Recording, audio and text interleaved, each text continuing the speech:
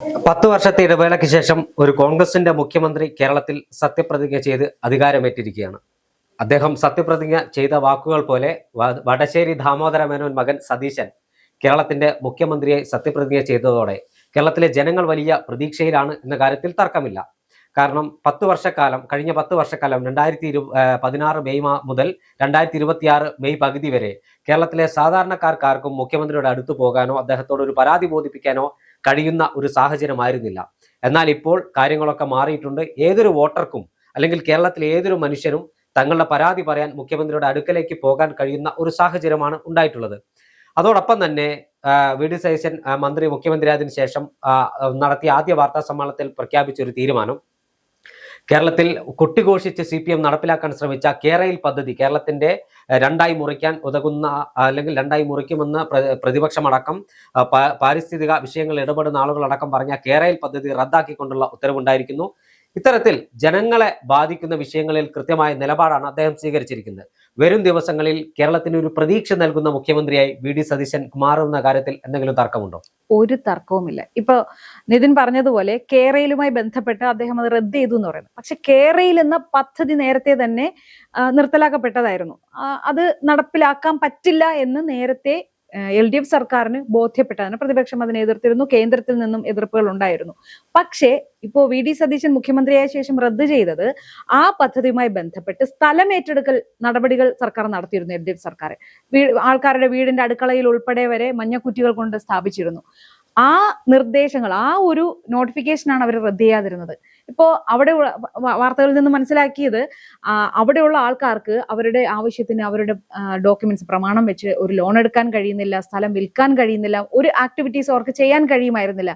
ഈ കേരയിൽ എന്ന് പറയുന്ന പദ്ധതി ഉപേക്ഷിച്ചിട്ടും അതിന്റെ സ്ഥലം ഏറ്റെടുക്കൽ നടപടിയുമായി ബന്ധപ്പെട്ടുള്ള നോട്ടിഫിക്കേഷനുകളാണ് റദ്ദ് ചെയ്യാതിരുന്നത്. ഇതിന്റെ ദോഷവശങ്ങളാണ് അവിടെയുള്ള ജനങ്ങൾ അനുഭവിച്ചു കൊണ്ടിരുന്നത്. എന്തുകൊണ്ട് ആ കഴിഞ്ഞ LDF സർക്കാർ അതിനെക്കുറിച്ച് ചിന്തിച്ചില്ല എന്ന് ആലോചിക്കുമ്പോഴാണ് ജനങ്ങളെ കുറിച്ച് അവർ എത്രത്തോളം ബോധേഡായിരുന്നു എന്നുള്ള കാര്യം ഇതിന് കാര്യം മനസ്സിലായില്ലേ? അവിടുത്തെ ജനങ്ങളെ ഇപ്പോ നാട് വികസിക്കണമെങ്കിൽ ജനങ്ങൾ അവരുടെ സ്ഥലം വിട്ടുകൊടുക്കണം. അതെല്ലാം സ്വാഭാവികമായ കാര്യങ്ങൾ തന്നെയാണ്. പക്ഷേ ഒരു പദ്ധതി, ഉപേക്ഷിക്കപ്പെട്ട ഒരു പദ്ധതിയുടെ പേരിൽ ജനങ്ങൾ അവരുടെ സ്ഥലം അവരുടെ ഇഷ്ടത്തിന് ഒന്നും ചെയ്യാൻ കഴിയാതെ ഇത്രയും കാലം അവർ ബുദ്ധിമുട്ടുകയായിരുന്നു എന്ന ഒരു തിരിച്ചറിവാണ് ഇടതുപക്ഷത്തെ അനുകൂലിച്ചുകൊണ്ടും വി.ഡി. സതീശനെ നുണേശൻ എന്ന് വിളിച്ചും സമൂഹ മാധ്യമങ്ങളിൽ വിദ്വേഷങ്ങൾ പ്രചരിപ്പിക്കുന്ന ഇടത് അനുകൂല സോഷ്യൽ മീഡിയ ഹാൻഡിലുകൾ ഒന്ന് ശ്രദ്ധിക്കേണ്ടത്. കാരണം ആർക്കെങ്കിലും വേണ്ടി കുഴലൂത്ത് നടത്തുമ്പോൾ, വെറുപ്പ് പ്രചരിപ്പിക്കുമ്പോൾ ഇപ്പോഴും, അതായത് വി.ഡി. സതീശൻ അധികാരം ഏറ്റതിന് ശേഷം ജനങ്ങളെല്ലാം വളരെ ഹാപ്പിയാണ്. അത് നമ്മൾ ഈ അദ്ദേഹത്തിന്റെ വീഡിയോയ്ക്ക് അടിയിൽ വരുന്ന കമന്റുകൾ നോക്കിയാൽ, ഓരോരുത്തരും ഓരോ അഭിപ്രായങ്ങൾ ഷെയർ ചെയ്യുന്നത് കണ്ടാലും നമുക്ക് മനസ്സിലാക്കാവുന്നതാണ് എത്രത്തോളം പോസിറ്റിവിറ്റിയാണ് അദ്ദേഹം ഈ നാട്ടിലേക്ക് ചൊരിയുന്നത് എന്ന് തന്നെ പറയണം. ആൾക്കാരെല്ലാം വളരെ ഹാപ്പിയാണ്. ഇത്രയധികം സന്തോഷമുള്ള ഒരു മുഖ്യമന്ത്രിയെ നമുക്ക് കിട്ടി. ഒന്ന് രണ്ട് വീഡിയോസ് നമ്മൾ സോഷ്യൽ മീഡിയയിൽ കാണാറുണ്ട്. ഈ പ്രായമായ ആൾക്കാരൊക്കെ പോയി അദ്ദേഹത്തോട് പരാതി പറയുന്നതും, ഒരു അമ്മയോട് അമ്മ വന്ന് പറയുകയാണ്, എനിക്ക് അവിടെ ജീവിക്കാൻ പറ്റുന്നില്ല, ആൾക്കാർ എന്തൊക്കെ ഭീഷണിപ്പെടുത്തുന്നു. അവർ പരാതി പറയുമ്പോൾ പറയുന്നു, ഇനി പേടിപ്പെടുത്താൻ വരുന്നവരോട് പറഞ്ഞേക്ക്, ഒരു മോൻ സെക്രട്ടേറിയറ്റിൽ ഇരിപ്പുണ്ട്, ആ മോനോട് ഞാൻ പരാതി പറയും എന്ന് പറഞ്ഞ് അവരെ തിരിച്ചു പേടിപ്പിക്കുക എന്ന് പറയുന്നു. ആ ഒരു വീഡിയോയുടെ അടിയിൽ വന്ന് ആൾക്കാർ അതൊന്നും വി.ഡി. സതീശൻ പൈസ കൊടുത്ത് PR വർക്ക് ചെയ്യുന്നതല്ല. ഇപ്പൊ ഇലക്ഷന് പോലും അദ്ദേഹം PR വർക്ക് ചെയ്യിപ്പിച്ചിട്ടുണ്ടോ എന്ന കാര്യത്തിൽ സംശയമുണ്ട്. ഇതൊന്നും ഈ മുഖ്യമന്ത്രിയുടെ ചർച്ച നടക്കും, ആര് മുഖ്യമന്ത്രി ആവണം എന്നുള്ള ഒരു ചർച്ച നടക്കുമ്പോൾ പോലും അദ്ദേഹത്തിന് വേണ്ടി മുറവിളി കൂട്ടിയത്, വി.ഡി. സതീശൻ മുഖ്യമന്ത്രി ആകണം എന്ന് പറഞ്ഞ് മുറവിളി കൂട്ടിയതൊന്നും ഇവിടുത്തെ പാർട്ടിക്കാരോ പാർട്ടി അനുകൂലികളോ പൈസ വാങ്ങിച്ചിട്ട് PR വർക്ക് ചെയ്യുന്ന ആൾക്കാരോ ആണെന്ന് നിതിൻ കരുതുന്നുണ്ടോ? ഒരിക്കലുമല്ല. ഇവിടെ ആര് ഭരിക്കണം എന്ന് തീരുമാനിക്കുന്നത്, എല്ലാ കാലത്തും ആര് ഭരിക്കണം എന്ന് തീരുമാനിക്കുന്നത് പാർട്ടി അനുകൂലികളല്ല, നിഷ്പക്ഷരായ ഒരു വലിയ വിഭാഗമുണ്ട്. അവരാണ് ആര് ജയിക്കണം, ആർക്ക് ഭൂരിപക്ഷം കിട്ടണം, ആര് നമ്മെ ഭരിക്കണം എന്ന് തീരുമാനിക്കുന്നത്. ആ ജനവിഭാഗമാണ് ഈ തവണ മുഖ്യമന്ത്രി ആരാകണം എന്ന് തീവ്രമായി ആഗ്രഹിച്ചതും അതിനുവേണ്ടി മുറവിളി കൂട്ടിയതും. അതിനെ ഇപ്പൊ കോൺഗ്രസ്സുകാർ ഉൾപ്പെടെ ആ സമയത്ത് പ്രതിരോധിച്ചിട്ടുണ്ടായിരുന്നിരിക്കാം. പക്ഷെ ഇപ്പോൾ അത് കഴിഞ്ഞ് അതിലൊരു തീരുമാനമായി കഴിഞ്ഞ് മുഖ്യമന്ത്രി ആയി കഴിഞ്ഞപ്പോൾ അദ്ദേഹം എപ്പോഴും പറയുന്നത് എന്താണ്? UDF ഒറ്റക്കെട്ടായാണ് നയിക്കുന്നതെന്ന്, ടീം UDF എന്നാണ് പറയുന്നത്. ആ ഒരു ഒത്തൊരുമയാണ് ഈ ജനങ്ങൾക്ക് ഇപ്പോൾ ഈ UDF സർക്കാരിലുള്ള ഒരു പ്രതീക്ഷ എന്ന് പറയുന്നതെന്ന് തന്നെ പറയേണ്ടി വരും. പിന്നെ ആ ഒരു തീരുമാനം അദ്ദേഹം എടുത്തപ്പോൾ ആ നാട്ടിലെ ജനങ്ങൾ അനുഭവിച്ച ഒരു സമാധാനം, അവർ ഈ വർഷങ്ങളോളം അവരത് സഹിക്കുകയായിരുന്നു. അതിനാണ് പെട്ടെന്നൊരു ഇത് കിട്ടിയത്. പിന്നെ അടുത്ത തീരുമാനം എന്തായിരുന്നു? മുഖ്യമന്ത്രി പറഞ്ഞതുപോലെ രക്ഷാപ്രവർത്തനം നടത്തിയ ആൾക്കാരെ അവർക്കെതിരെയുള്ള പ്രത്യേക അന്വേഷണ സംഘം. അത് കേട്ടിട്ട്, കാരണം ആ ചെറുപ്പക്കാരെ, അതിലൊരാൾ ഇന്ന് എം എൽ എ ആണ്. അപ്പൊ അന്നത്തെ ആ ദൃശ്യങ്ങൾ കാണുന്നവരെല്ലാം, ആൺമക്കളുള്ള അമ്മമാരെല്ലാം വേദനിച്ചിട്ടുണ്ടാവും. അങ്ങനത്തെ അടിയാണ് ആ ഗൺമാന്മാർ അവരോട് ചെയ്തത്. ഗൺമാന്റെ ജോലി എന്താ? ആർക്കാണോ അവർ എസ്കോർട്ട് പോകുന്നത് അവരെ സംരക്ഷിക്കുക എന്നുള്ളത്. അത് മാത്രമല്ല, പോലീസുകാർ തലക്കടിക്കരുതെന്ന് പ്രത്യേക നിയമത്തിൽ പറയുന്നുണ്ട്. ആ തല്ലിയ വടി കണ്ടിട്ടുണ്ടായിരുന്നു. ആ എത്ര വലിയ കൊണ്ടുപോലും. അതെ. അപ്പൊ ഇത്രയും ക്രൂരമായ ഒരു ആക്രമണം അഴിച്ചു വിട്ടിട്ട് അന്നത്തെ സമയത്ത് മുഖ്യമന്ത്രി പറഞ്ഞ ആ വാക്കുകൾ ചാനലുകളിലൂടെ എല്ലാം ഇപ്പൊ വീണ്ടും വേറൊരു വിരോധാഭാസം, ഈ പ്രത്യേക അന്വേഷണ സംഘം രൂപീകരിച്ചതിന് ശേഷം ഈ ദൃശ്യങ്ങൾ പകർത്തിയത് ഒരു ക്യാമറമാൻ, ജയ്ഹിന്ദ് ടിവിയുടെ ജോജി എന്ന് പറയുന്ന ക്യാമറമാനെ പകർത്തിയ ആ ജോജി ചേട്ടനെ വിളിച്ചിട്ട് ഇവർ ഭീഷണിപ്പെടുത്തുക. നിങ്ങൾ മൊഴി കൊടുക്കാൻ പോകരുത്, ആദ്യ സ്നേഹത്തിന്റെ ഭാഷയിൽ നിങ്ങൾ മൊഴി കൊടുക്കാൻ പോകരുത്, നിങ്ങൾ ഒരു മാധ്യമ പ്രവർത്തകനല്ലേ, ഭാവിയിൽ അത് ദോഷകരമായില്ലേ. പിന്നീട് ഭീഷണിയുടെ സ്വരത്തിലേക്ക് മാറുന്നു. പക്ഷെ അദ്ദേഹം കഴിഞ്ഞ ദിവസം പോയി കൃത്യമായി മൊഴി കൊടുക്കുകയും ചെയ്തു. എന്തായാലും ആ ഉദ്യോഗസ്ഥർക്ക് തക്കതായ ശിക്ഷ കിട്ടും, വധശ്രമം ഉൾപ്പെടെയുള്ള വകുപ്പുകൾ അവർക്കെതിരെ ചുമത്തും എന്ന കാര്യത്തിൽ തർക്കമില്ല. അത് ജനങ്ങളുടെ കയ്യടി നേടിയ ഒരു തീരുമാനമാണ്. കാരണം അതിൽ രാഷ്ട്രീയമൊന്നുമില്ല. ചെടിച്ചട്ടി കൊണ്ടും അല്ലാതെ ലാത്തി കൊണ്ടും തലക്കടിക്കുകയാണ്. അല്ലെങ്കിൽ ഇവർ മുഖ്യമന്ത്രിയെ ആക്രമിക്കുന്നത് പോയിട്ട് അദ്ദേഹത്തിന്റെ 7 അയലത്ത് പോലും ഈ ചെറുപ്പക്കാരില്ല. അവരുടെ കയ്യിൽ കരിങ്കൊടി അല്ലാതെ എന്തെങ്കിലും ആയുധങ്ങളുണ്ടോ? ഇല്ല. ഇതേപോലെ തന്നെയാണ് ആരോഗ്യമന്ത്രിയുടെ വിഷയത്തിലും വന്നത്, കരിങ്കൊടിയും കൊണ്ട്.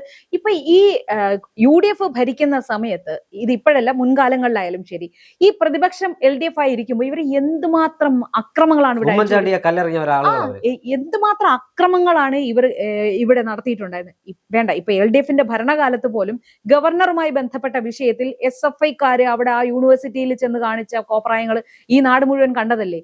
എന്തെല്ലാം അതായത് കസേരകൾ തല്ലിപ്പൊളിക്കുക, പ്രിൻസിപ്പാളിനെ പൂട്ടിയിടുക എന്ന് തുടങ്ങി എന്തെല്ലാം അക്രമങ്ങളാണ് ഈ ഇടതുപക്ഷ സംഘടനകൾ, അതിന് വിദ്യാർത്ഥി സംഘടനകളാകട്ടെ യുവജന സംഘടനകളാകട്ടെ, അത് മറിച്ച് CPM പ്രധാന സംഘടന ആയിക്കോട്ടെ, ഇവരെല്ലാവരുടെയും ഒരു പ്രതിഷേധം എന്ന് പറയുന്നത് എത്രത്തോളം അക്രമാസക്തമാണ് എന്നുള്ളത് ഈ കേരളം കാലങ്ങളായി കണ്ടുകൊണ്ടിരിക്കുന്നതാണ്. അവിടെയാണ് വീണ ജോർജ് എന്ന് പറയുന്ന ആരോഗ്യമന്ത്രിക്കെതിരെ കരിങ്കൊടി കാണിക്കാൻ വേണ്ടി പോയ പ്രവർത്തകരെ, കോൺഗ്രസ് അനുകൂല പ്രവർത്തകരെ ഇവർ എങ്ങനെയാണ് ഡീൽ ചെയ്തത്. ഈ മുദ്രാവാക്യം വിളിക്കുമ്പോൾ കഴുത്തുളുക്കുന്നു എന്ന രീതിയിൽ അവരെ ഇപ്പൊ ആൾക്കാര്, ഈ സോഷ്യൽ മീഡിയയിൽ തന്നെ ആൾക്കാര് അത് ഇത്രയും വലിയൊരു അഭിനേത്രിയാണെന്ന് പറയുന്ന ഒരുപാട് കളിയാക്കിയുണ്ട്. അതെന്തുകൊണ്ടാണ്? അവരുടെ പ്രവൃത്തി കൊണ്ടല്ലേ അത് ചെയ്തത്. ഇലക്ഷന് മുന്നേ VD സതീശന്റെ നേതൃത്വത്തിൽ നടത്തിയ പുതുയുഗ യാത്രയിൽ അദ്ദേഹം അങ്ങോളം ഇങ്ങോളം ആൾക്കാരുടെ പരാതികൾ കേൾക്കുന്നുണ്ടായിരുന്നു.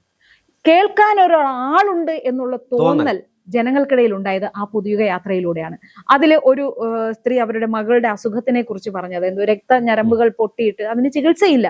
പക്ഷെ തിരുവനന്തപുരം മെഡിക്കൽ കോളേജിൽ പോയപ്പോൾ ഡോക്ടർമാർ അവരെ, നിങ്ങൾ എന്തിനാണ് വീണ്ടും വീണ്ടും ഇവിടെ കയറി വരുന്നത് എന്ന രീതിയിൽ നികൃഷ്ടമായി അവരോട് പെരുമാറി എന്ന കാര്യങ്ങൾ അവർ പറയുന്നത്, അതെല്ലാം ഇദ്ദേഹം കേൾക്കുകയാണ്. VD സതീശൻ അന്ന് പ്രതിപക്ഷ നേതാവാണ്. അപ്പോ തന്നെ ജനങ്ങളുടെ മനസ്സിൽ തോന്നിയ ഒരു തോന്നൽ എന്താണ്? പ്രതിപക്ഷ നേതാവായിരിക്കുന്ന ഇദ്ദേഹം ഞങ്ങളെ കേൾക്കുന്നു, അത് തന്നെ വലിയൊരു കാര്യമാണ്. അന്നത്തെ മന്ത്രിയായിരുന്ന സജി ചെറിയാന്റെ വീടിന്റെ അടുത്തായിരുന്നു ആ സ്ത്രീയുടെ വീട്. അവർ പറയുന്നത് അവരുടെ വീടിന്റെ മുൻവശത്തു കൂടിയാണ് അദ്ദേഹം അങ്ങോട്ടും ഇങ്ങോട്ടും പോകുന്നത്. ഒരു തവണ പോലും എന്താണ് നിങ്ങളുടെ പ്രശ്നം, അദ്ദേഹത്തിന് പരാതികൾ പറഞ്ഞു, എന്താ പോലും സ്ഥലവാസി എന്ന നിലയ്ക്ക് പോലും ഒരു കാര്യം അദ്ദേഹം ചോദിച്ചിട്ടില്ല എന്ന് അവർ പറയുന്നു. അപ്പൊ ഇതൊക്കെ കണ്ടുകൊണ്ടിരിക്കുന്ന ജനം ആരെയാണ് വിശ്വസിക്കേണ്ടത്? VD സതീശന് പൂർണ്ണ സപ്പോർട്ട് തന്നെ ഇവിടെ ഈ കേരളത്തിലെ ജനങ്ങൾ, പാർട്ടിക്കാരല്ല, ജനങ്ങൾ തന്നെ അദ്ദേഹത്തിന് സപ്പോർട്ട് കൊടുക്കുമെന്ന കാര്യത്തിൽ യാതൊരു സംശയമില്ല. പിന്നെ അദ്ദേഹം ദാമോദര മേനോൻ മകൻ എന്ന് പറഞ്ഞത്, അദ്ദേഹം സതീശൻ മേനോൻ എന്നല്ല പറഞ്ഞത്, അദ്ദേഹത്തിന്റെ പേര് VD സതീശൻ എന്ന് തന്നെയാണ്. അച്ഛന്റെ പേര് മാറ്റി പറയേണ്ട ആവശ്യമുണ്ട്. അപ്പൊ ചോദിക്കുന്നു, മുൻപ് MLA ആയപ്പോൾ അത് പറഞ്ഞില്ലല്ലോ എന്ന്. അന്ന് അദ്ദേഹം ബോധപൂർവം അത് പറയാത്തതായിരുന്നിരിക്കാം. ഇപ്പൊ ഇലക്ഷന് മുന്നെയാണ് ഇങ്ങനെ പറയുന്നെങ്കിൽ സാമുദായിക സമവാക്യങ്ങൾ ഒത്തുചേർക്കാൻ വേണ്ടിയിട്ട് അദ്ദേഹം മനഃപൂർവ്വം അച്ഛന്റെ പേര് പറഞ്ഞു എന്ന് പറയാം. ഇത് ഇലക്ഷൻ കഴിഞ്ഞു, അദ്ദേഹം തെരഞ്ഞെടുക്കപ്പെട്ടു മുഖ്യമന്ത്രിയായി സത്യപ്രതിജ്ഞ ചെയ്യുമ്പോഴാണ് ആ പേര് പറഞ്ഞത്. സ്വന്തം അച്ഛന്റെ മുഴുവൻ പേര് അങ്ങനെ പറയാനുള്ള സംസ്ഥാനത്തിന്റെ മുഖ്യമന്ത്രിയെ ചുമതലയേൽക്കും അദ്ദേഹം പറഞ്ഞതിൽ എന്താ തെറ്റ്? അല്ല, EMS നമ്പൂതിരിപ്പാട് എന്ന ഒരു മുഖ്യമന്ത്രി ഉണ്ടായിരുന്ന കേരളത്തിലെ ഇടതുപക്ഷക്കാരാണ് ഇത് വാദിക്കുന്നതെന്നും കൂടെ നമ്മൾ ഓർക്കേണ്ടതുണ്ട്. T. ശിവദാസ മേനോൻ മന്ത്രിയായിരുന്ന ഇടതുപക്ഷം, അതെ, അവരാണ് ഇത് പറയുന്നത്. ഈ പറയുന്നതെന്നുള്ള കാര്യം കൂടെ ഇവിടെ ഒന്ന് ഓർക്കേണ്ടതുണ്ട്. എന്തായാലും ഇതെല്ലാം ജനങ്ങൾ നോക്കിക്കാണുന്നുണ്ട്. ഞാൻ മറ്റൊരു കാര്യം കൂടി പറഞ്ഞ് അവസാനിപ്പിക്കാം. മുഖ്യമന്ത്രി വി ഡി സതീശന് പാർട്ടിയിൽ നിന്ന് 100% പിന്തുണയുണ്ടെന്ന് ഞാൻ വിശ്വസിക്കുന്നില്ല. പാർട്ടി കോൺഗ്രസ് ആണ് പാർട്ടി, വിവിധ ഗ്രൂപ്പുകളും ഗോത്രങ്ങളും ഒക്കെ ഉള്ള പാർട്ടിയാണ്. പക്ഷേ ജനങ്ങളുടെ പിന്തുണ സതീശന് ഉണ്ടാകും. അതിന് ജനങ്ങളുടെ പ്രതീക്ഷയ്ക്കൊത്ത് ഉതകുന്ന തരത്തിൽ ഭരിച്ചാൽ കോൺഗ്രസിന് നല്ലത്, സതീശന് നല്ല അത്തരത്തിലുള്ള ഒരു ഭരണം കാഴ്ചവെക്കുമെന്ന് നമുക്ക് പ്രതീക്ഷിക്കാം.